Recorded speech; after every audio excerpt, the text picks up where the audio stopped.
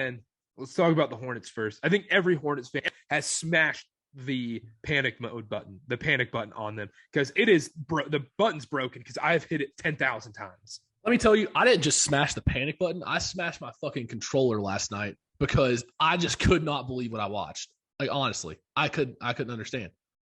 If you saw the game last night, it was blatant cheating by the NBA officials. I don't know what else there's to say. I mean, Kyle Lowry's foot was so over the line. Am I wrong about this? I don't know if there's some unwritten rule that I'm not seeing or hearing about in overtime, but during like regulation, there's multiple times where a shot will happen and they'll go like this to review it. And then they'll come back from a commercial break like 4 or 5 game minutes later and say, Carolina has one less point, or the Hornets have one less point because they called this 3-2 or 2-3. They've upgraded to a 3. 100%. I've seen them done it. I've seen them do it in between quarters. Exactly. There's no set like margin of time where you have to call for a review or like stop the game and review it. That's bullshit. So you're saying just because there was no stoppage that they can't go back and review it? The Hornets should have just taken a foul then if they knew that. And the other thing too is that like, that's what the NBA is going to slow down replays for. We're sitting at the monitor for 15 minutes, but we're going to stop when see a guy actually, we can vividly decide whether it was a 2 or a 3. We could just have the guys in New York actually say, hey, Kyle Lowry's foot was on the line. Mic in the official and say, hey, change that from a 2 to a 3 or a 3 to a 2. It was clear and obvious. There was no like, it's not reviewing. I mean, foul. It would be a whole foot over the line.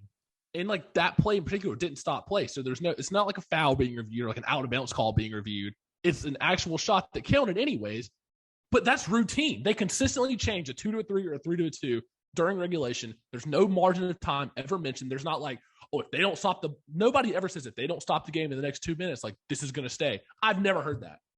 And I've watched so many NBA games. And I tweeted this out last night and we were texting nonstop about it. Lamelo Ball is not getting superstar calls, which makes no sense to me because he is the league's next superstar. And people are saying, oh, well, he's too young not to get superstar calls. Are you joking? Are you joking? Yeah. Luka Doncic was getting the most ridiculous superstar calls in his second year. You're telling me Trae Young wasn't getting superstar calls in his second year in the league? Give me a break. They actually baited fouls too, and they would get the calls. LaMelo doesn't even do that, I feel like. I don't think he does. And LaMelo for sure flops. But he doesn't bait into calls like someone like Chris Paul or Kyle Lowry does. Also, if you like Kyle Lowry, why do you watch basketball? You just love Virginia basketball, don't you? If you love Kyle Lowry. The Heat have the most, I don't know how to put this, the whiniest players on their team for veterans, for Jimmy Butler, Kyle Lowry, PJ Tucker, who've been in the league double-digit years, bitching to the rest every single play. Everything Kyle Lowry asked for to be reviewed, guess what happened? We're going to go to the table and review it every single time. And you see that one play in the corner where they called Kyle Lowry out of bounds? Yeah. Like, he wasn't even looking at the basket. He was just trying to, like, tunnel his way at LaMelo to, like, get a foul. That was unbelievable to me. I'm shocked they didn't call it. It's such a shame. It's such a shame the Raptors won that 2019 title. Steph should have one more. Steph should have one more. And that, like, further legitimizes Kyle Lowry's, like, people overrating the shit out of him. He's not that good. I'm sorry. He's not where people put him. But last thing on the Hornets, it's been bad lately, and I'll say this right now. There's people that overreact on Twitter and everything, but I will go ahead and say it. James Barrego, if it is not fixed within a month, he's done. It's over. There's no explanation. The fact that we are probably not going to be hosting a play-in game is atrocious. Atrocious. We were miles ahead of the Celtics and Raptors in the standings, but then all of a sudden we are in a fight for the play-in spot when literally 3 weeks ago, we were 2-3 games out from the freaking 1 seed. Yep, exactly. We were literally 4 games behind. And you can say, like, we're ahead of schedule. The Hornets are ahead of schedule in the rebuild. Who cares? No. The fact of the matter is we have the talent. We've proven we can win games. We've been top of the standings. And all of a sudden, we just hit these lulls and we can't get out of them. And that's the thing. Borrego keeps staying in these lulls. He's not the guy he's not shown that he can break us into that next tier of being a legit playoff team. And I'm not going to sit here and just thrash Barrego for no reason because the bottom line is in the NBA, coaching is not as important as it is in college basketball. But still, coaching is important to a certain extent.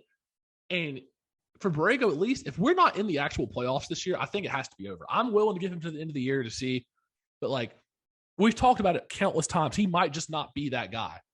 And, and it's hard. It's I mean, people that are like for Barrego, I get it. When you've developed guys like Miles Bridges development is one of the best things I've seen in the NBA in the last few years. It is unbelievable how much this guy has improved on the ball. Yeah. And also, guys, like Terry Rozier is a legit dude in this league. He was a bench player for the Celtics, and he is a legit stud on the Hornets. I don't know. He looks like a bench player last night. He had to take a shot in the fourth quarter of both overtimes. That was horrible. That was horrendous. And then you saw when Lamelo Ball went out. I mean, Miles Bridges was the only competent one. Yep. It was unbelievable. And oh my God, just back to the stupid foul calls that Lamelo doesn't get. Duncan Robinson is whining to the refs about a foul call. He has both hands on his hips. When you look at the replay, Duncan Robinson's got a hand on his hip and a hand on his like right here on the forearm. That's a foul. The one that bothered me the most was the block, or the one they called the charge on. That was awful because they swallowed their whistle. He steps out of the restricted area while they're making contact and then slides back right before there's contact. And you're telling me that's dangerous. You're telling me that's a charge, and the rest are just so charge happy. And I'm not the biggest Jay Billis fan. Hopefully one day he comes on this podcast and we can talk this out. But I do agree with him fully in one thing, is that they need to change the sign for a charge call. It shouldn't be the charge thing where these refs get to just, classic Joey Crawford. He said change it to what the shot clock thing is, where they tap themselves on the head. Because then refs are more likely to call the block. And the thing is, a lot of these charges, exactly what you just said, the refs are human too. They play off the crowd's emotions. If they can make a huge call to sway the crowd one way or the other, and they'll be the center of attention, more likely than not, that split-second call, they're just going to go ahead and do it. Like, more often than not, they're just going to go ahead and make that motion, and we're going the other way. Everybody cheers or everybody boos at them. Like, they're the center of attention. And I think that's wrong. Okay, if you're going to be official, you have to be non-biased. Last thing on the Hornets, Montrezl Harrell is awesome on the Hornets. It's exactly what we needed. And people were bitching about, like I said before, I had this little rant. Oh, he's undersized. He's not a good defender. He's not a rim protector. Who cares? You see the difference he's made for us? If he wasn't in a couple of these games, we'd have lost by 20. Exactly.